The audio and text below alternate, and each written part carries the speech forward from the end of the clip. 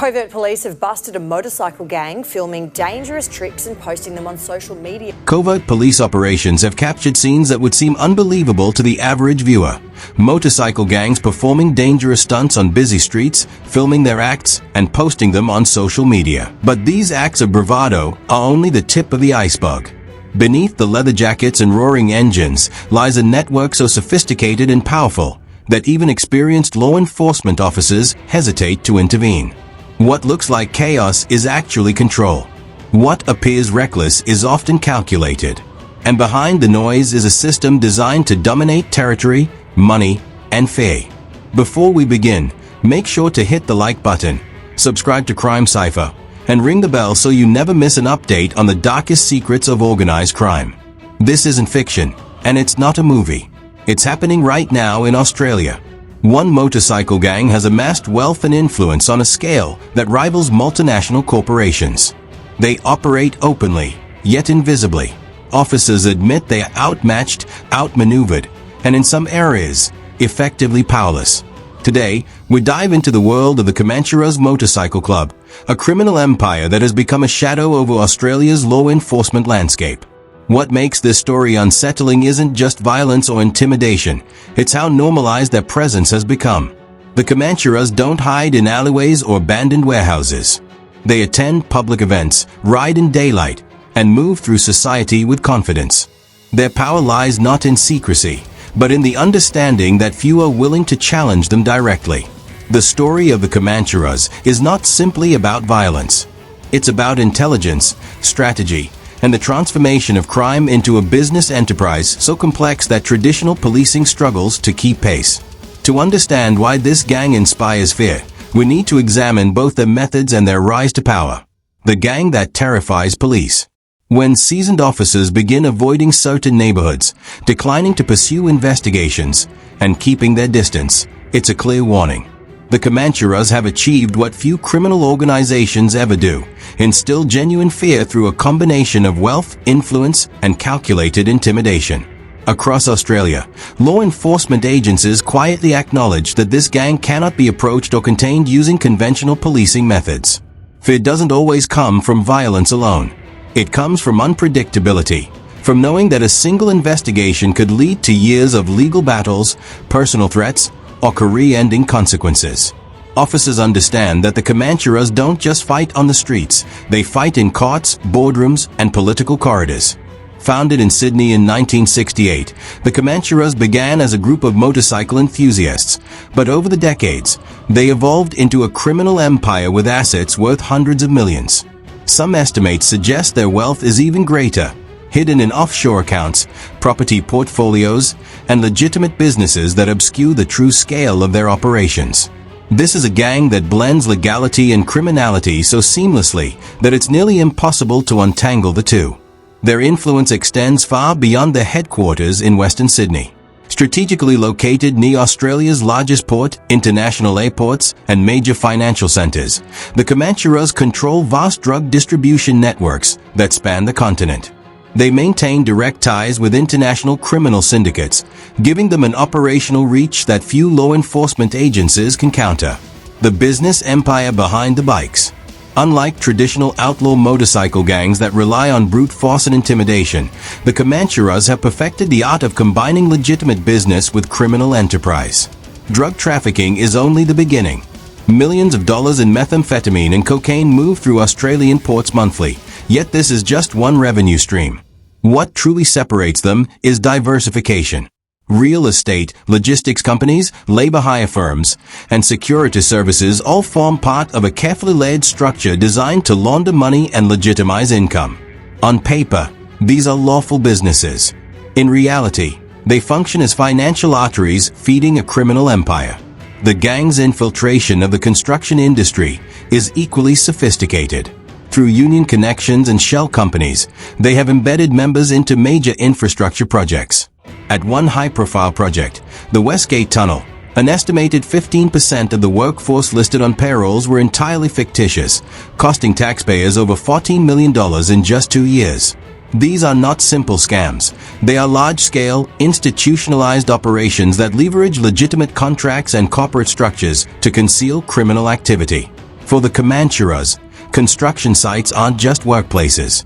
They are revenue generators, recruitment hubs, and laundering machines. Every invoice, every payslip, and every subcontract becomes a tool in a much larger financial strategy. Their network of alliances extends internationally. Middle Eastern partnerships within Sydney's diverse communities grant direct access to drug suppliers and laundering operations abroad. Every move is calculated, every relationship strategic, forming a transnational web of influence that makes enforcement extraordinarily difficult. Legal warfare, weaponizing the system. What makes the Comancheros truly formidable isn't just their wealth or international reach, it's their mastery of the law itself. In 2010, Derek Wino of the Hells Angels successfully challenged anti-gang legislation in Australia's High Court, winning damages and legal fees. The Comancheros observed and adapted, using teams of expensive lawyers to exploit gaps in legislation, tie investigators in endless litigation, and even threaten the personal finances of officers. This legal strategy isn't defensive alone. It's offensive. By leveraging defamation suits, privacy laws, and procedural loopholes, the gang neutralizes threats before they can escalate. Officers pursuing investigations may find themselves personally liable, effectively deterring aggressive law enforcement action. It's a psychological game as much as a strategic one. Fear of legal ruin keeps authorities at bay. In some cases, investigations stall not because of lack of evidence, but because the cost, financial, political, and personal, becomes too high to justify continuing. The intelligence blackout. Equally troubling is how the Comancheros create intelligence blackouts that leave police blind. Traditional surveillance, informants, wiretaps, financial tracking is often ineffective. New members undergo rigorous vetting, security protocols are sophisticated, and the compartmentalized structure ensures that even internal betrayal is minimal. Most members know only what they need to, leaving investigators with fragmented intelligence. Former military personnel and security experts are employed to conduct counter-surveillance, detect police operations, and maintain operational secrecy. Encrypted communications, legitimate business fronts, and decentralized networks make penetration extraordinarily difficult. To make matters worse, reports suggest that insiders within government agencies occasionally provide intelligence to the gang, further amplifying blind spots for law enforcement. Construction industry infiltration, turning government into an ATM. The Comancheros have embedded hundreds of members into union positions and legitimate projects, from contractors to safety representatives. Payments for phantom work, donations to criminal networks, and payroll manipulation are legally shielded by legitimate contracts and union oversight. Even when evidence emerges linking gang members to fraud, prosecuting these crimes is complex, slow, and resource-intensive. Joel "Johnny Two Guns" Walker, a convicted enforcer, served as a safety representative on major hospital redevelopment projects. His role wasn't just oversight, it was facilitation. This is the genius of the Comancheros hybrid model. Criminal activity disguised as lawful employment, protected by bureaucracy. The international reach. Beyond Australia, the Comancheros maintain operations in Europe, including Spain and Serbia. Spanish partnerships with South American cocaine cartels give them direct access to international drug markets. Serbian connections provide weapons, logistics, and tactical expertise. Operations such as the September 2024 New Zealand raids, which resulted in 41 arrests and $9 million in seized assets, demonstrate both their reach and law enforcement's limitations. Everywhere they go, the Comancheros adapt. They exploit regulatory gaps, judicial inefficiencies, and weak anti-gang laws. In Canberra alone, gatherings cost taxpayers over $400,000 in surveillance due to legal limitations on restricting outlaw motorcycle gangs. Their wealth, influence, and intelligence create a shield that even national governments struggle to penetrate. Modern organized crime and the failure of conventional policing. The Comancheros represent a new paradigm in criminal enterprise. Unlike the visible, brute force gangs of the past, they operate with sophistication closer to multinational corporations. They combine legitimate and illegitimate business, weaponize legal systems, and cultivate international networks that defy traditional law enforcement. The inescapable reality is clear. The Comancheros have built a criminal empire generating hundreds of millions annually while operating with near impunity. They exploit legal, financial, and regulatory systems with precision, leaving conventional policing struggling to keep pace.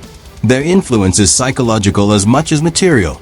Even veteran officers understand that confronting this empire may carry personal and professional consequences. This is a story of power, strategy, and adaptation. It shows that modern organized crime is no longer about muscle alone. It's about intelligence, structure, and control. The Comancheros are not just a gang. They are a criminal corporation, a shadow government, and a reminder that the rules of the game have changed. If you want to continue uncovering the hidden world of organized crime, the rise and fall of empires, and the strategies that make some criminals untouchable, make sure to like this video, subscribe to Crime Cipher, and click the bell so you never miss an episode. We bring you the truth behind the headlines, revealing the systems and secrets the mainstream media cannot.